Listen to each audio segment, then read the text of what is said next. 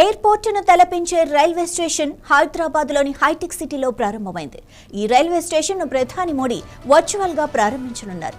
ఇది ప్రయాణికులకు ఆధునిక సౌకర్యాలను అందిస్తోంది. 26 కోట్ల రూపాయలతో ఈ స్టేషన్ను అభివృద్ధి చేశారు.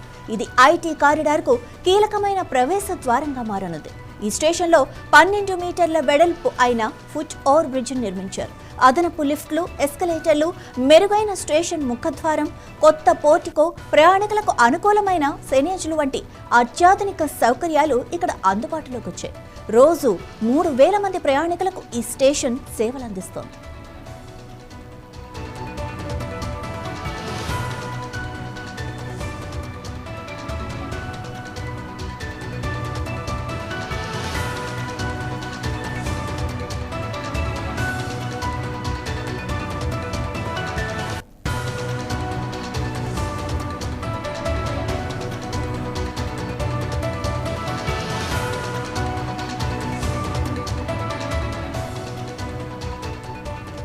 అమృత్ భారత్ స్టేషన్ పథకం కింద తెలంగాణలో 40 రైల్వే స్టేషన్లను 2,000 కోట్ల రూపాయల పెట్టుబడితో పునరాభివృద్ధి చేస్తున్నారు.